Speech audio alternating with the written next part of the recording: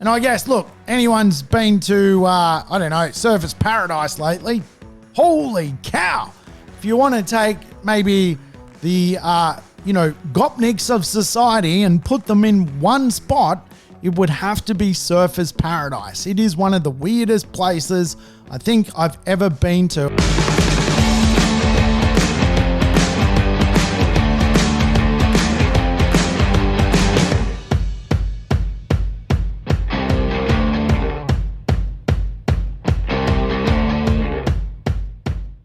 Welcome to the Urban Property Investor. I'm your host, Sam Saggers, here to help you crack the code of real estate wealth. Today's show is a code cracker, that's for sure. We're going to dig into some mega trends that you need to know to get capital growth in the future. Capital growth is going to be niche in real estate, and if you don't start to concentrate on some of the mega trends which are filtering through the globe, I think you're going to be left behind when it comes to getting capital growth from real estate. Today, we're going to analyze some real estate, talk about some mega trends, and tactfully make our way through this thing called wealth creation. And of course, COVID-19 arguably will promote the most profound social and spatial change in living memory. Things are going all sorts of directions, and I want to talk about those directions. I'm a big advocate of discussing urban change, urban landscape change, what is going to be popular, what is not going to be popular. So today's show is certainly a doozy. If it's your first time tuning in, welcome aboard to the Urban Property Investor. I always recommend people play the show in double speed.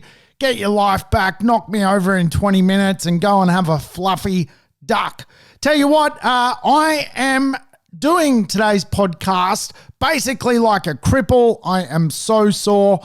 Just got back from mountain biking, and I tell you what, it's been a long time between mountain biking drinks, so to speak, about a month, and I am bloody sore. I tell you what, out on the track, I was a disaster. Yes, a dismal performer today. I got overtaken by a mother and her 3 ducklings, 8-year-olds, basically overtook me on the track. I was a shameful rider. In fact, my friends have been paying me out all day, but I do advocate I had something wrong with my brake. It was clamping my wheel. So I feel like I've been pedaling uphill. But I guess a lot of people often feel like they pedal uphill, and that's why we talk about wealth. And today's show is very much about wealth, urbanity, transformation, and mega trends. Now, I like to teach 7 plans when it comes to wealth through real estate. Plan number 1, capital growth plan. Number 2, rental growth plan. Number 3, tax minimization plan. 4, debt reduction plan. 5, buying power plan. 6, retirement lifestyle plan, which is things like insurances, wills, and of course, plan number 7, wealth acceleration through the trifecta of real estate, which includes speculation assets. It includes buy and hold real estate, and of course, cash flow real estate or cash flow dividends. So today we're going to pull out a piece of that pie of those 7 big parts of the puzzle. And we're going to talk about capital growth. We're going to talk about really some of the biggest transformations which are occurring, creating capital growth. And really a lot of it is to do with real estate spatial patterns changing. So we're going to talk about some mega trends. I know on this show over the last sort of 12 months or so, I've covered a few of these mega trends, but we're going to continue to talk about them because they are vitally important to property investors. So some of the mega trends we've done this year or touched on this year have included climate change mega trends and how that affects property investment, the inequality divide occurring in society and how that does affect property investment, technology and the knowledge economy and how that affects property investment. We are going to touch on today mega trend around health and well-being and urbanization. So if you don't know what a mega trend actually is, a mega trend is a shift in behavior or attitude that has a real global reach and a global reach across industries. And I like to summarize it that if you want to become wealthy out of anything, business, property, shares, whatever it may be, understanding what consumers actually want is probably the first step. If you can absolutely grasp where consumer habits are going, you're going to be able to make money. And most of society is asleep to the mega trends which are unfolding in society. And I think if you can start to bet on the mega trends, you're fundamentally betting on what consumers actually want. Remember, the biggest mega trends: urbanization, technology, climate change, inequality, longevity, and health. There is another one known as international mobility, which is really the idea that today, if we can have international transferable skills, it is a trend. In other words, you might get a degree in London, but use that degree in New York. It is a mobile international mega trend to learn and use skills that are transferable. So the big trends I think today we're going to talk about in today's show really do pertain to longevity, health, and urbanization. COVID-19 will not stop urbanization, but it is going to make us think absolutely harder about where we want to live. And this in itself, to me, is the most amazing opportunity when it comes to real estate investment for many people who are yet to become real estate investors. The fact that you can shape your real estate around megatrends absolutely is a competitive advantage. And there are some great companies that focus in on the idea of understanding really these megatrends across the globe. I like the work of Urbis. They do some great work when it comes to understanding the idea around what society is going to be look like. Today on this show, I want to talk about spatial distribution. Yes, how life is organized on Earth. Spatial distribution. If you've not heard of that term before, it is really a fantastic geography term when it comes to real estate, because spatial distribution really is the game of real estate. Of course, spatial distribution can be understood at a more global level. For example, there really is generally no such thing as a landlocked wealthy country. They tend to be less wealthy than countries that have seaports. There is really no thing as a rich rural economy. Generally today, economies that have a blend of both rural, mining, and of course, financial hubs through cities tend to be the richest. Spatial patterns are important to the way the Earth is run. 20 years ago, China had a one-child policy. This was a spatial pattern, how many people could be put into the landmass of China. I believe things have changed. But today, the spatial patterns of people and place are so important to the success of property investment. Australia has some very interesting spatial distribution occurring. For example, we have the 12th highest cost of living here in Australia. Sydney is today the second most expensive city in the world.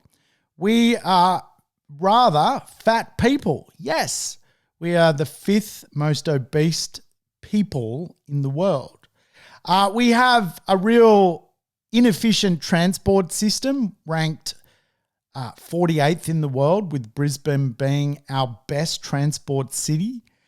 And a lot of people take a lot of time to get around this rather large landmass, which is obviously Australia.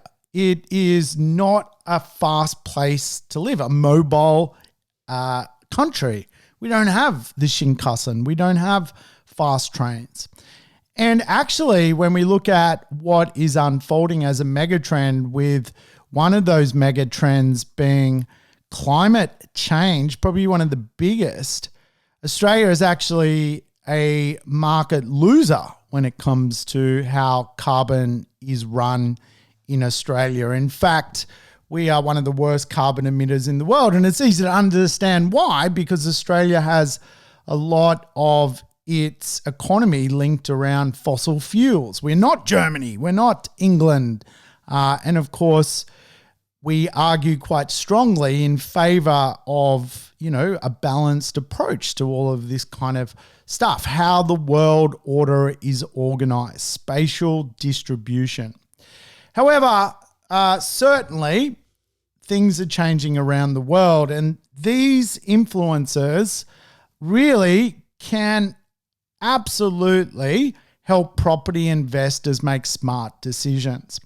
Now, let's face it, COVID-19 is an amazing gift for property investors to restart in a new cycle and also buy the right assets because of what it's done to spatial change and what people want in society. It is a real gift to make sure you're buying the right properties. Today, I want to talk to you a little bit about what that might actually look like. But it's fair to say we are now living in a period of contagion. Coronavirus is not going away. If anything, it is again creating so much fuss in society that all sorts of things are, unfolding. People are pro-vaccination, anti-vaccination. People are, happy to get the virus. Other people aren't. Travel, movement, everything is so much connected to this thing called coronavirus. And it is absolutely behaviorally changing how we think about what we want in this world. Now, remember, by the end of this podcast, around 8,000 people will have moved to a city somewhere in the world. We are being nudged to create our own desire lines. By the end of today, there will be another 96,000 houses built somewhere in the world. By the end of the week, 3 million more people would have migrated into an urban landmass. Every 3 minutes and 55 seconds here in Australia, we need a new property to house our population. We are growing. People are having families. People are also trying to, come to this country, and expats are flowing back as fast as they can to once again kickstart Australia. And as we allude to, by mid-century, over 40 million people will live in Australia.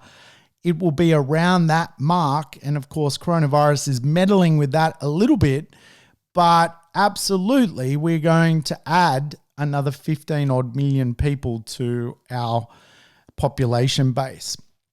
The way the world is being created is really a big, opportunity for people to make investment decisions.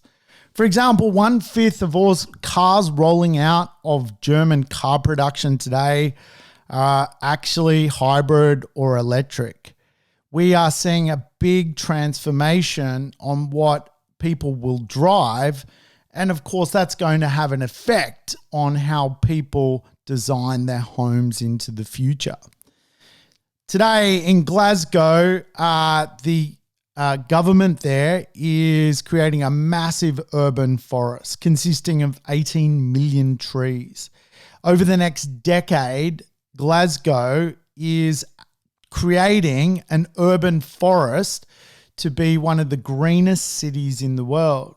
Again, what does that do to the real estate market of Glasgow? All of a sudden, it is the green place to live.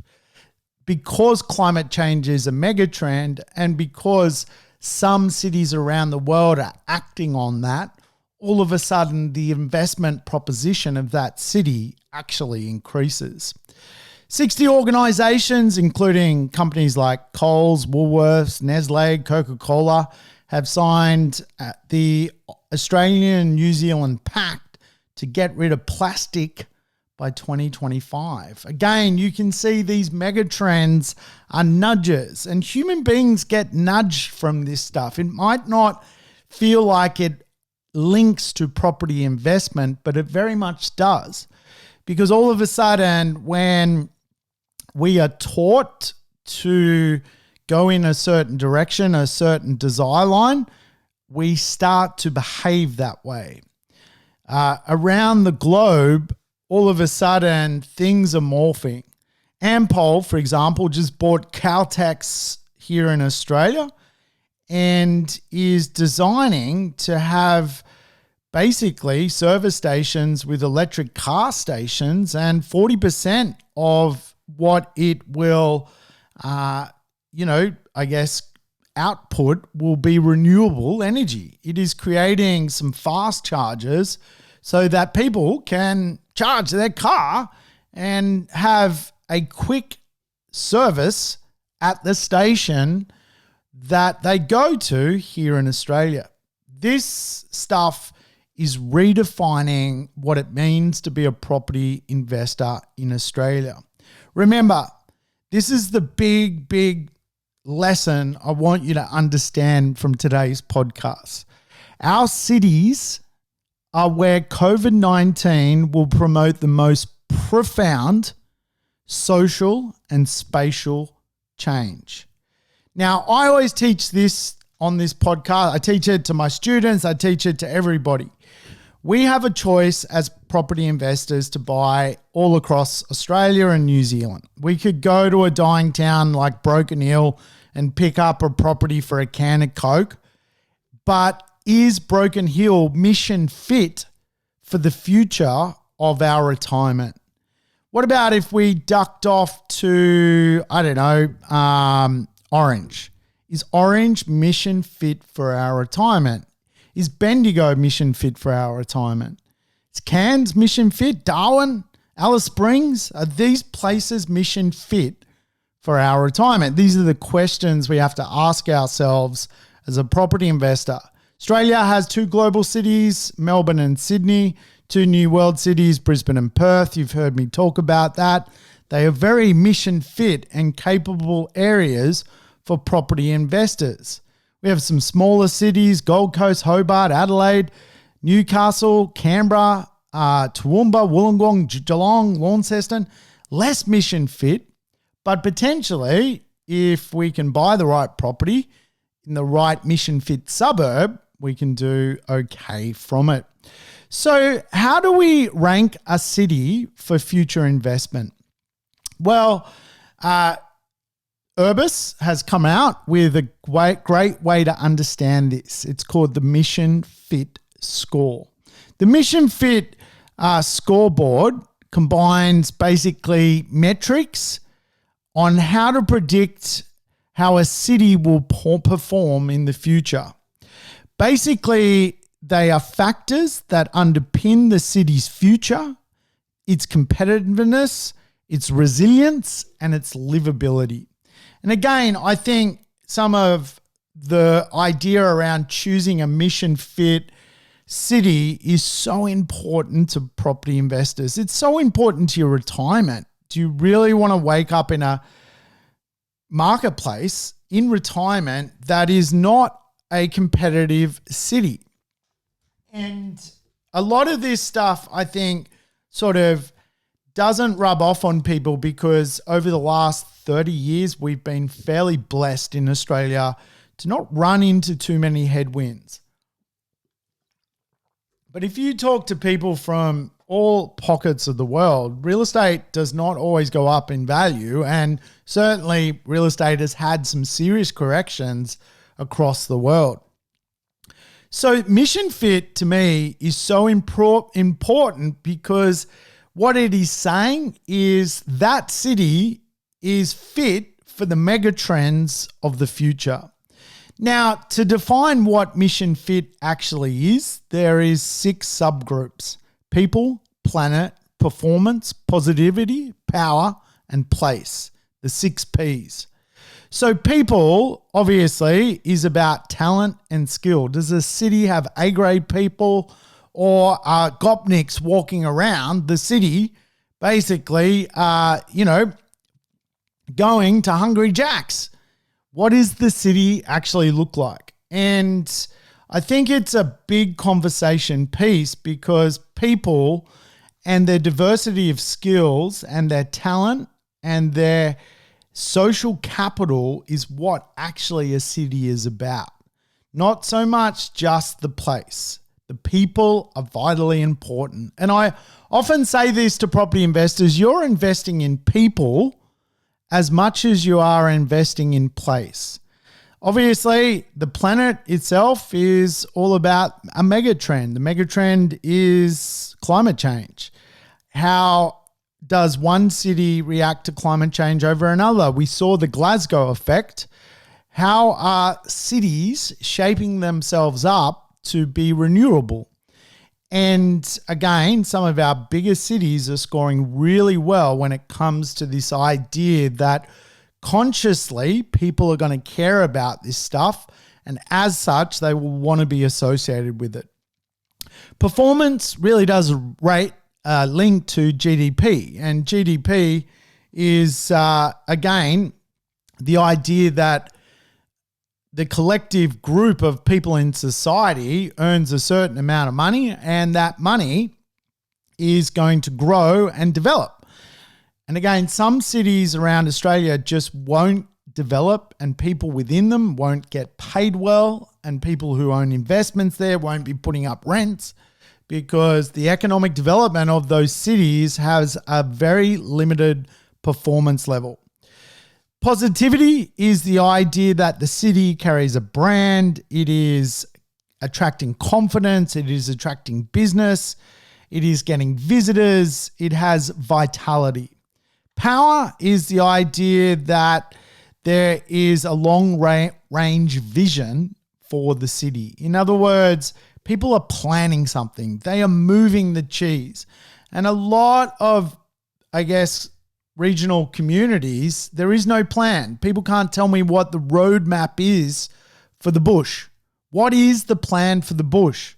The National Party, which represents the bush, can't even tell you what the plan is for the bush. No one knows. So am I putting my money in the bush? Absolutely not. And place is vitally important. The public realm, the vitality and culture of a city. Does it have great open space? Does it have events programs? Is it walkable? Does it have great streetscapes? Does it have a nighttime economy? Does it have cultural depth? These are the things which are very important for property investors to look for. And the reason I choose larger cities to invest in at this point, because they're not as, they're within reach to still buy real estate in, particularly your Melbournes, your Brisbanes, your Perths, your Canberras. These places are still affordable, maybe just a tad more expensive than some of the regional cities that get a very low mission fit score. Is our productivity per capita is declining. In other words, per capita is made up of the people and what they earn. People are earning less. And as such, we are not seeing a rise in the median level of economic growth for people. We're also starting to see Australians get older. And as such, we need a younger generation to come through to prop up the next older generation. This is not so much happening. And I talked about that in a recent podcast discussing the intergenerational report. Again, declining economic productivity is a real thing. So do I really want to follow city with no mission fit score, knowing that one of the biggest trends inside of Australia is a falling productivity level. This is why we often are referring to the idea that more blue chip areas are just becoming more valuable because people in them are part of the non-decline in productivity unfolding in society. I think the reality is the mission fit score is critical to how real estate will operate into the future. Now, if we look at our major cities, let's look at the big four, global and New World cities.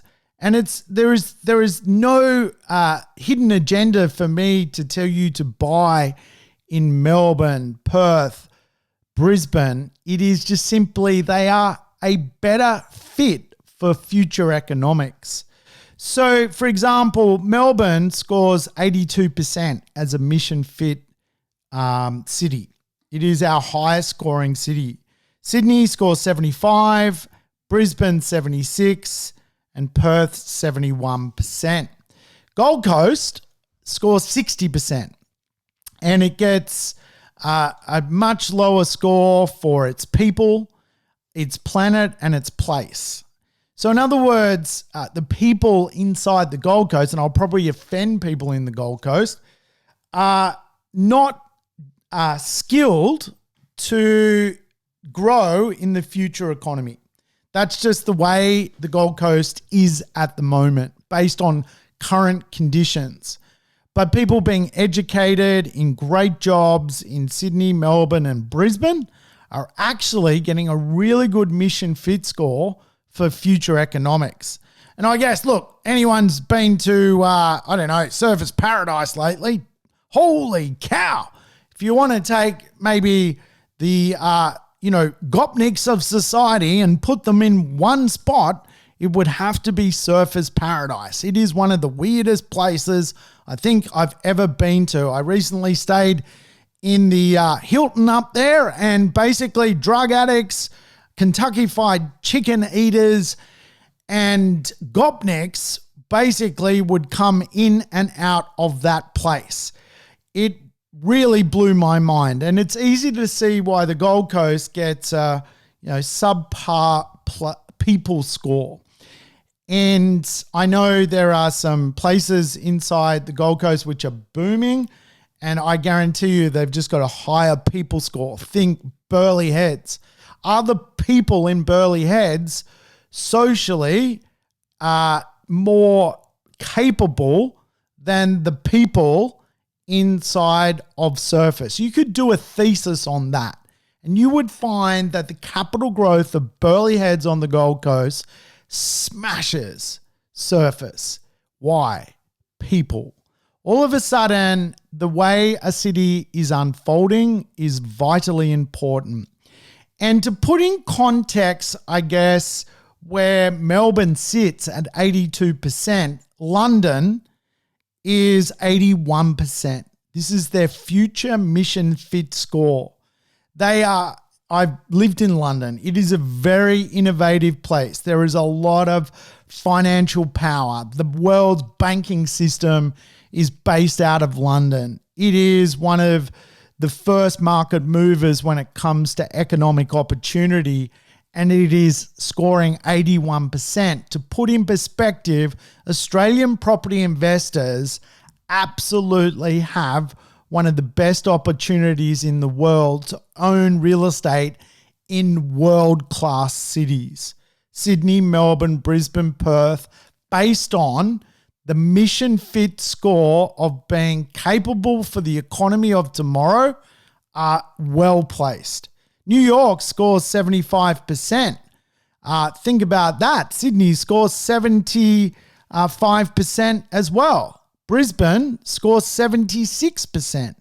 Brisbane is today more mission fit than New York. It's amazing to think like that. And you've got to understand, I guess, the jobs of tomorrow are a lot to do with what is going to be mission fit. Jobs of the future include things like creating jobs around artificial intelligence, the green economy, creative and professional services, advanced manufacturing, big data applications. Our cities are lining up to be world-class, and as such will be a catchment of skill. And again, this is where you go to the mission fit score of Darwin, completely not up to the world-class level that Brisbane is or Melbourne is. Melbourne is our highest scoring at 82%. The benchmark in the world is Singapore at 85%. So we get to invest in great places where there's good people, planet, good performance, good prosperity, the right level of power and place. This in itself to me is amazing. And today, Australia is creating what are known as Generation 6 cities. Yes, Generation 6 cities. What this ultimately means is people's spatial relationship with cities is changing. And we have gone through all sorts of relationships with cities over the last 2,000 years. You can go back to Generation 1 cities in, Rome and Egypt and things like that. Generation 6 cities are about people integrating with places, integrating a good quality of life with global megatrends. That is how they are evolving. And really, people's relationship and the narrative around green economics and the narrative around good place. Again, COVID-19 will not stop urbanization, but it is going to make people think a lot harder as to where they want to live in this world.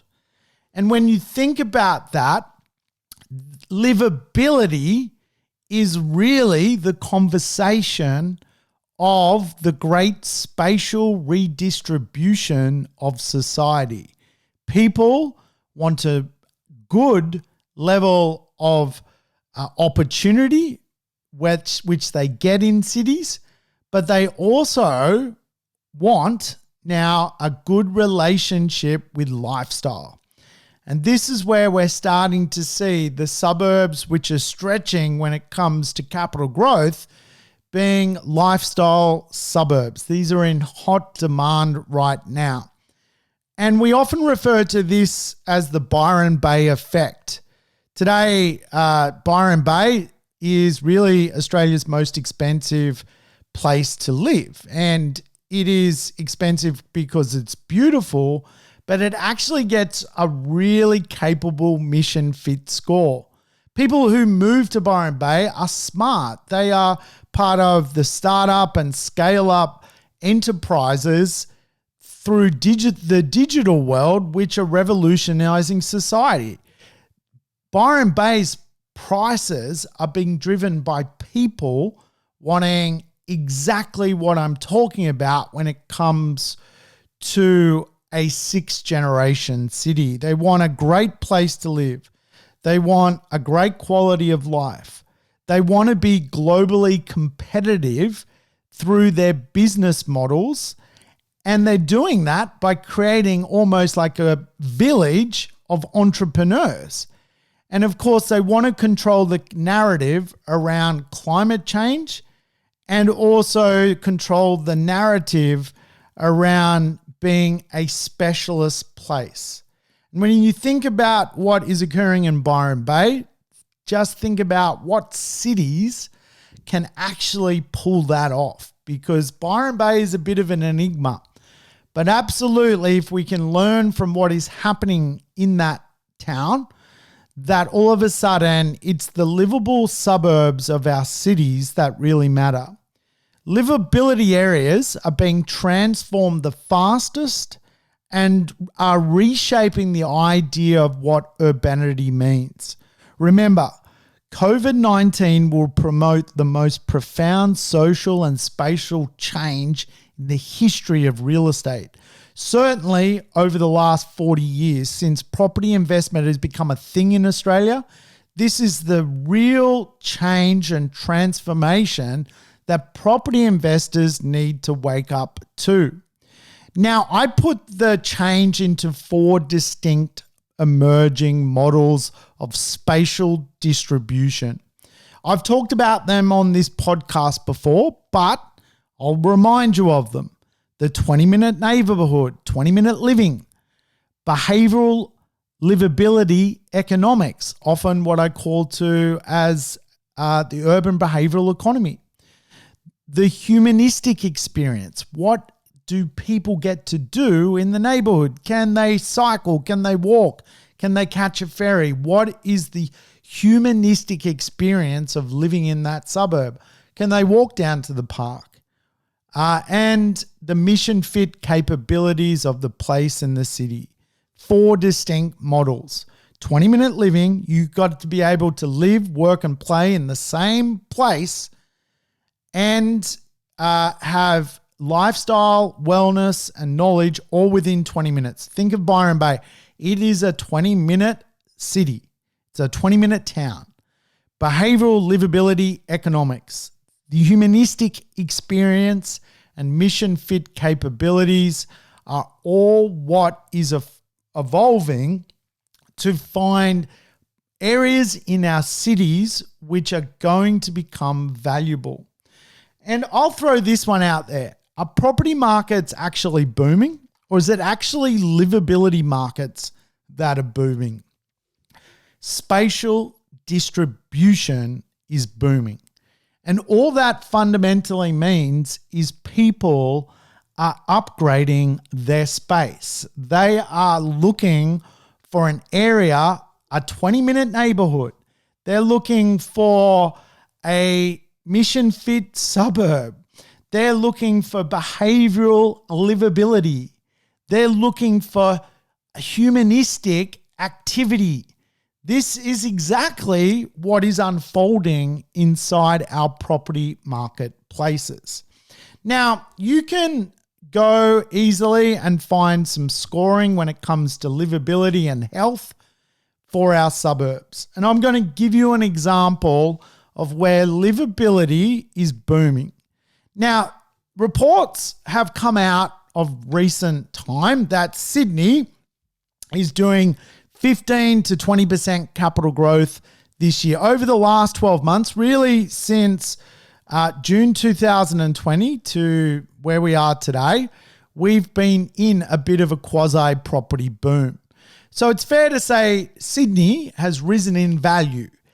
But has every suburb in Sydney risen in value? Well, absolutely not.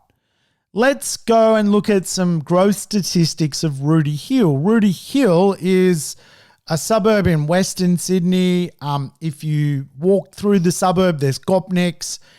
If you're ever going to be robbed during the day, it's probably going to happen in Rooty Hill.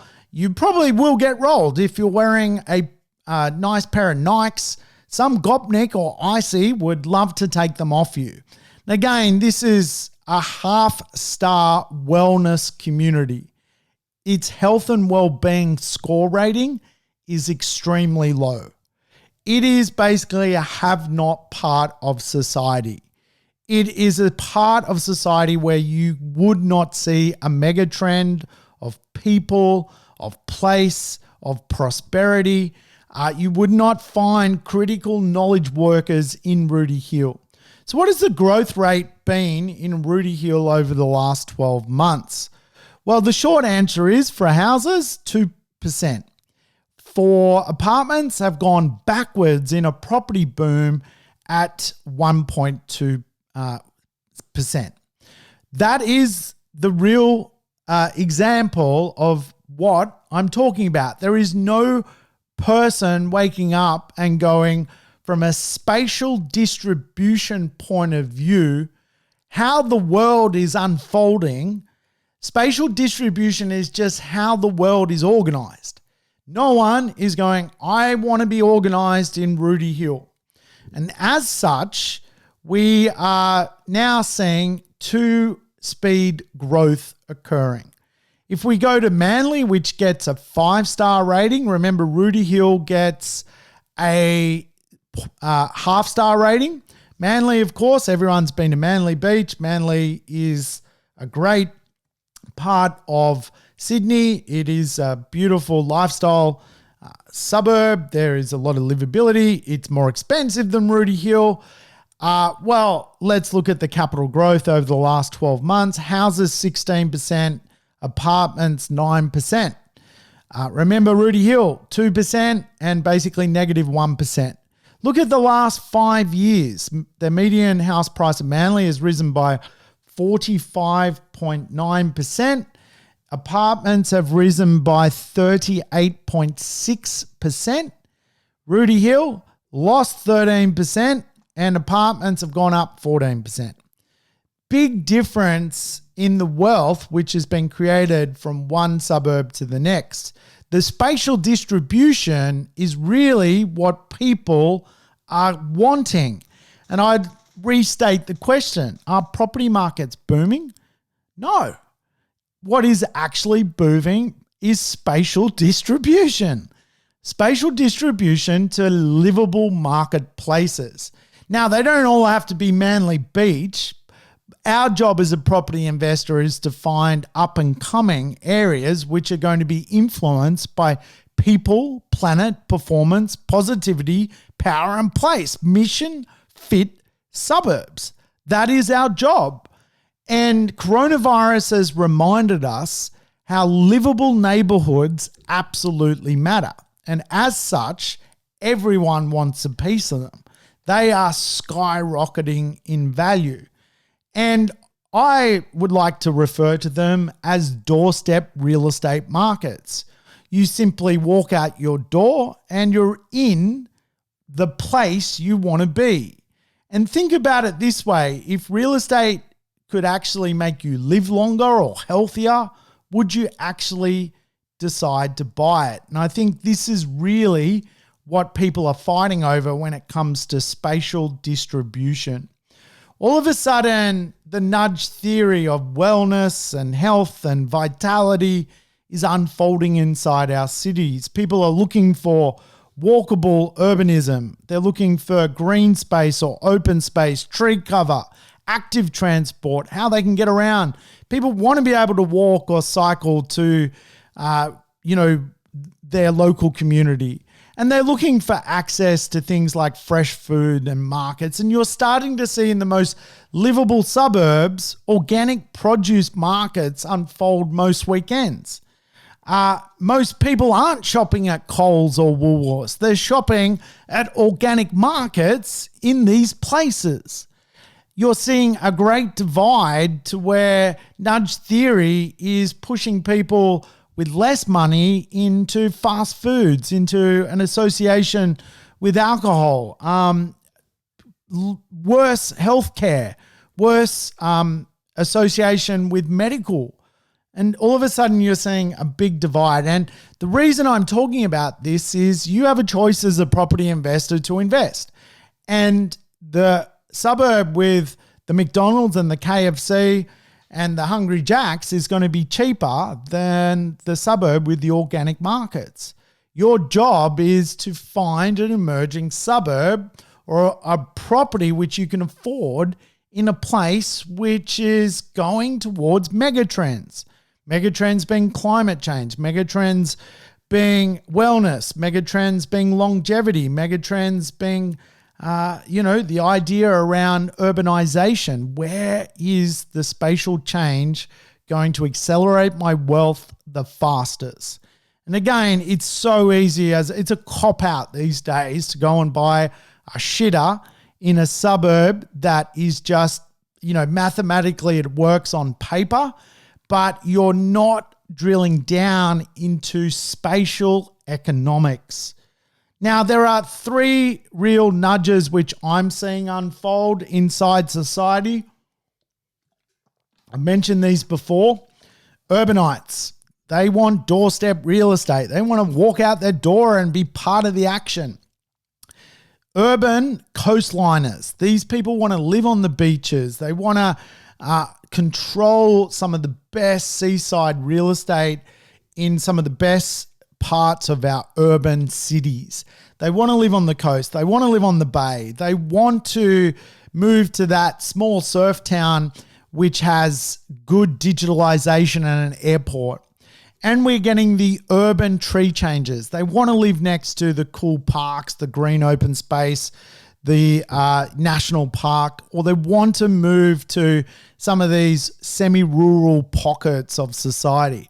Again, this is led by the people with money driving change, right? Driving the idea of spatial change. And again, are real estate markets actually going up, or is it spatial change markets which are going up? And I think it's fair to say that people are rediscovering their love with suburbs' natural benefits. If a suburb has a natural benefit or it interfaces with things like active transport, which is just the idea that you do not have to get on a train and go for 2 hours to get home. You can literally grab a bicycle or an electric scooter and zoom home. This is a new way of living. Anyone who's, I guess, had to go on those Lime scooters in certain cities around Australia, they are fun, and many people maybe try it once, but for a lot of people, it is becoming a way of life. That's how they now move. They are active. They are actually part of the way society is working. It's a functionality. It is actually a spatial change. They've created their own transportation system. And again, people are wanting to live like that because you're waking up and you're going scootering. You're not waking up and hating life, getting on a bus that you want to shoot yourself in the leg. That is the complete difference of what is unfolding. Remember, the big changes are urbanites wanting doorstep real estate, coastliners or sea change, or urban beaches or urban tree change. These are the big things unfolding. We often talk about this thing called location in real estate. And I think sometimes everyone has a difference of opinion of what a good location is. And for me, it is just about having this mission fit dynamic. Access to good jobs, access to good schools, parks, beaches, public amenities, pools, walkable services, transport, active transport, areas which are geographically significant, areas which have great landscaping, treescaping, or cityscapes, low crime rate, distinctive, visually appealing real estate marketplaces, and with citizens that want to have a higher social status. This is, again, the great spatial redistribution of society. All of a sudden, people are confirming the mega trend, which is COVID-19 is not going to stop urbanization. It's simply going to make people rediscover where they really want. Mission fit real estate is designed around megatrends. And when you think about what is unfolding, I think newer properties in old established high-performing suburbs are a great bet for property investors. There is a real renaissance unfolding with the active inner ring of our cities and middle ring of our cities, as well as those tree sea change marketplaces unfolding. And I know about a year ago when the coronavirus hit and a lot of people decided to take the 40 grand that the government was throwing out to go do a first home. The conversation piece was about, just getting it at all costs. And for many property investors and first home owners, that money has been used and has allowed them to do something they could not otherwise have ever dreamed of. What surprised me about the $25,000 building boost coupled with some state government grants is just how much inequality is real in Australia. That people needed the $40,000 or thereabouts to get into the market in the first place. What that basically taught me was that the mega trend of inequality is even more real. And yes, for a time, people were going so far out of the city to build their dream home. But what is true and what seems to be even more valuable, and when we look at the capital growth figures, the market is booming in Renaissance real estate areas. Sea change, tree change, urban change, middle ring, active inner. It is all ticking a lot of boxes. I particularly like newer properties in older suburbs. Why? Because they are connected to the mega trends that are unfolding around society. Remember, a mega trend is just what consumers want. So buying something which is more connected with climate change as a property investment is smart to me. Buying real estate, understanding the inequality divide is smart to me. Understanding where the knowledge workers of tomorrow are going to be is smart to me. If a mega trend is technology, I want to know where the jobs are around that. That is smart to me. If spatial distribution is what people will want, well, I want to bet on what they want, which is well-being areas, the Byron Bay effect. I'm just doing it in an urban landmass because urbanization is still a megatrend. And as people live longer, these areas are simply going to become more and more valuable. As such, I think, there is still a reason to buy in high-performing cities close to high-performing CBDs or in the renaissance of the middle ring of our cities and or those coastal and urban forests. They are absolutely the places to own real estate today. Hey, I hope you've enjoyed tuning in today to the Urban Property Investor. If you feel like leaving me a review, please do. I hope you enjoyed the conversation around megatrends and spatial change in real estate. Sam Saggers signing off. Thanks for tuning in to the Urban Property Investor. To never miss an episode, make sure you subscribe to the podcast on your favorite app or on YouTube. And I would love it if you could give the show a rating and share it with your friends and family. In between episodes, you can always keep in touch with me by connecting on social media over Facebook, Instagram, or LinkedIn. Until we meet again on the next episode of the Urban Property Investor, take care and bye for now.